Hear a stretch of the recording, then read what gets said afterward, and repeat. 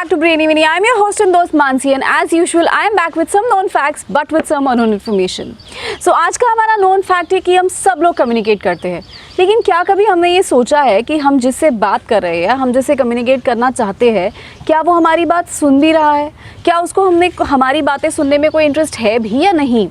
Well आपको अगर याद होगा तो मैंने कहा था कि I will be talking about different NLP techniques जिससे हमारा कम्युनिकेशन और जिससे हमारा बिहेवियर बहुत अच्छा होगा. Well today I am here with one more NLP technique and it is calibration.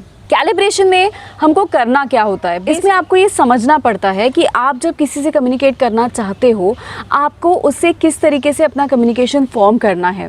Calibration technique basically works on your non verbal communication responses. जो सामने वाला और आपको रिस्पॉन्स कर रहा है बिना बोले उसके बॉडीली पोस्चर से, उसकी आँखों से, उसके इंटोनेशन से या फिर उसके बैठने के तरीके से या फिर वो जिस भी तरीके से रिएक्ट कर रहा है जो आपको it is a non-verbal response coming from the person who you want to talk to. So अगर आपको इन सारी चीज़ों में अगर आप प्रॉपरली वर्क कर ले तो शायद आपका कम्युनिकेशन ज़्यादा ईजी और ज़्यादा प्रॉफिटेबल होगा. जब आप किसी से कम्युनिकेट करना चाहते हो ना तो सबसे पहले उसका बॉडी पोस्चर देखिए, यानी वो किस तरीके से बैठा हुआ है, उसका वेट उसने किस तरीके से रखा है, यानी उसका वेट टेबल पे है या फिर उसका वेट चेयर पे पूरी तरीके से वो पीछे लीन होके बैठा है या फिर सेंटर में बैठा है. ये सारी चीज़ें बताती है कि पर्सन आपसे कितना इंटरेक्ट करना चाहता है. जब नॉर्मली पर्सन आगे बैठता है तो he is really interested and curious to know about the things. जब पर्सन बहुत लीन होके बैठता है तो नॉर्मली पर्सन को आपको सुनने में ज़्यादा इंटरेस्ट नहीं होता है and he is just there to listen to you कि हाँ भाई बोल ले जो बोलना है. मेरे को तो जैसे आपको भी लग रहा होगा कि मैं बहुत एटीट्यूड से आपसे बात कर रही हूँ, इट हैपन्स. सो उसी तरीके से इंसान का ये एटीट्यूड बन जाता है कि हाँ मुझे बात नहीं करनी है, बोलना है तो बोल ले दो. या फिर इंसान का जो मसल टेंशन होता है ना, यानी बात करते वक्त जो यहाँ पे जो टेंशन आता है नहीं आता है. हम लोग जो बहुत इजीली बात कर रहे होते तो यहाँ पे कोई मसल टेंशन आपको नहीं दिखेगा, यानी हमारा जो फोरहेड है ना वो बहुत नॉर्मल होता है. लेकिन जब भी हम कोई स्ट्रेस्ड आउट सिचुएशन के बारे में बात करते हैं तो ऑटोमेटिकली मसल टेंशन बहुत ज़्यादा आ जाता है हमारे सर पे. इवन हमारे फेस पे भी टेंशन अलग अलग तरीके से दिखते हैं. जैसे अगर हम कोई इंपॉर्टेंट बात कर रहे होते हैं तो हमारी आँखें, हमारे लिप्स, हमारा जो चेहरा है ना वो बहुत ज़्यादा सीरियस दिखने लगता है. जब कोई टाइम पास वाली बात होती है तो ऑटोमेटिकली लिप्स पे स्माइल आ जाती है, चेहरा बहुत नॉर्मल दिखने लगता है. तो ये सारे चेंजेस हमें ऑटोमेटिकली होते रहते हैं. तो आपके सामने जो बंदा बैठा हुआ है जिससे आप बात करने की कोशिश कर रहे हो उसके facial tensions, muscle expressions, muscle tension पे थोड़ा ध्यान दीजिए. हमारा जो फेस कलर होता है ना ये भी बहुत मैटर करता है. जैसे हम जब नॉर्मल बातें करते हैं तो चेहरे में आपको कलर में कोई चेंजेस नहीं दिखेंगे, लेकिन हम जब बहुत खुश हो जाते हैं, बहुत कोई अच्छी चीज़ होती है ना हमारे साथ में, चेहरे का कलर ऑटोमेटिकली पिंक हो जाता है. या फिर जब आप गुस्सा होते हो तो ऑटोमेटिकली चेहरे का कलर रेड हो जाता है. या फिर जब आपको कोई एक्सप्रेशन नहीं होता है, जब आप बहुत ज़्यादा न्यूट्रल होते हो तो एक फीका कलर आ जाता है आपके चेहरे पे. तो आपके स्किन टोन का कलर हमेशा चेंज होते रहता है. It's a very minute thing but हाँ ये अगर आप प्रैक्टिस करो तो आपको बहुत अच्छे से समझेगा, बिल्कुल इन इमोजीज की तरह. सो ऐसे ही सारे कलर्स आपको चेंज होते हुए दिखते हैं. और हमारी स्किन सबसे इम्पॉर्टेंट कम्युनिकेशन मेथड है जो हमको बताएगी कि इंसान क्या फील कर रहा है, क्योंकि ये कलर आपको इमीडिएटली बताएगा इंसान को खुशी हो रही है, दुख हो रहा है, इंसान को इंटरेस्ट है या नहीं है. ये सारी चीज़ें आपको बहुत अच्छे से समझेगी. Moving on, it's your lower lip. Normally lower lip पे हमारे जो रिंकल्स होते हैं ना ये बहुत जल्दी दिखते हैं. जब आप कहीं बात कर रहे होते हो, जब सामने वाला इंसान आपको सुन रहा होता है ना तो आप उसके लोअर लिप पे अगर ध्यान दो, लोअर लिप की जो लाइंस है ना इसमें आपको चेंजेस दिखेंगे. लोअर लिप पे अगर मुझे कोई इंसान मेरे बारे में बहुत अच्छा बोल रहा है और मैं सुन रही हूँ तो automatically my lower lip will look like this. So you can see मेरे रिंकल्स कम हो गए हैं, I have stretched it out. But वही अगर मुझे आपकी बात नहीं सुननी है और मैं ज़बरदस्ती आपके सामने बैठी हूँ तो मेरे लोअर लिप में ये चेंजेस होते हैं.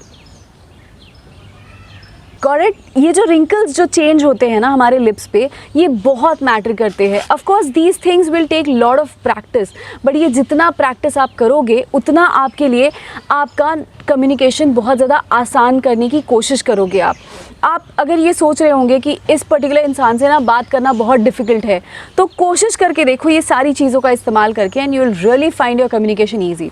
इंसान का जो सर है ना ये बहुत बड़ी चीज़ है ये बताने के लिए कि वो कम्युनिकेट करना चाहता है या नहीं. नॉर्मली अगर लेफ़्ट साइड पे हेड टिल्टेड होना, तो इसका मतलब है कि इंसान आपसे कम्युनिकेट करना पसंद कर रहा है। सो ट्राई, अगर वो इंसान बिल्कुल ही आपसे कम्युनिकेट करना नहीं चाहता है तो he will not just look at you, वो ना हेड लीन करेगा, बस ऐसे ही बैठा रहेगा एंड आप जो बोल रहे हो वो बस सुनता होगा। सो जितना लीन हो जाएगा ना हेड, उतना आपके लिए बेटर होगा कि कम्युनिकेशन ज़्यादा प्रॉपर हो रहा है, ज़्यादा अच्छे से हो रहा है। This will help you to understand कि आपका कम्युनिकेशन इफेक्टिव हो रहा है। ब्रीदिंग टेक्निक जो है ना, अगर आप सामने वाले की ब्रीदिंग टेक्निक्स को अगर आप मैच कर लो तो automatically person comes in a position to listen to you.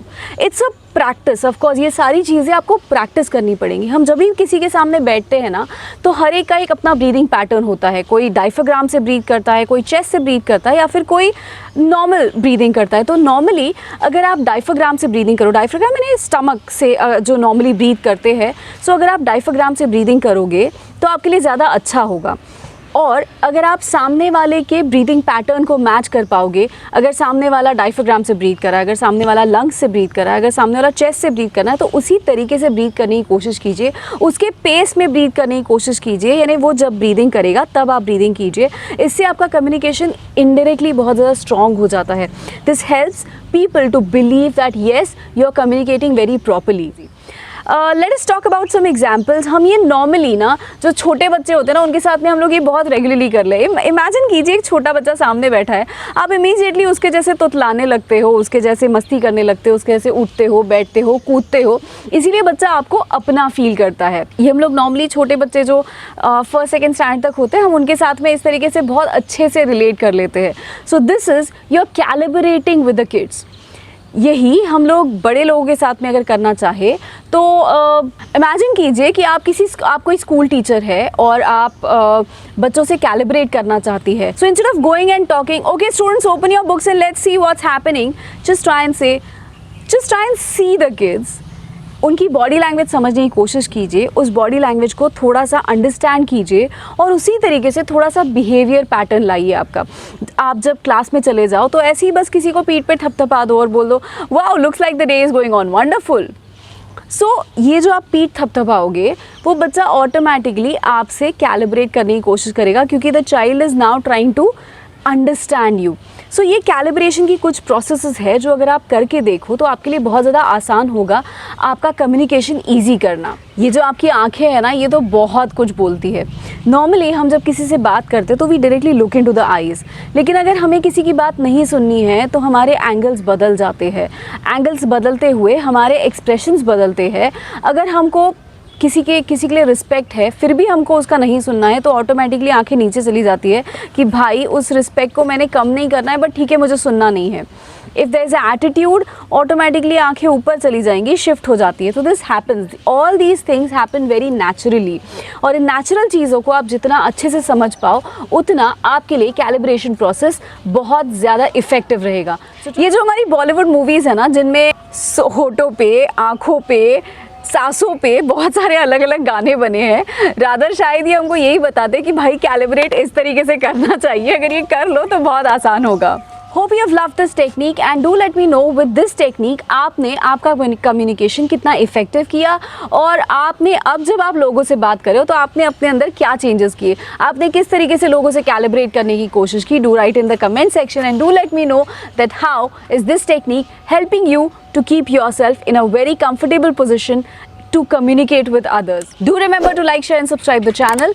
Also press the bell icon so that whenever I come with my new videos, you get to know that I am there on the YouTube with my new videos. I come with my new videos on every Tuesdays and Saturdays. So till I come with my new video, bye-bye.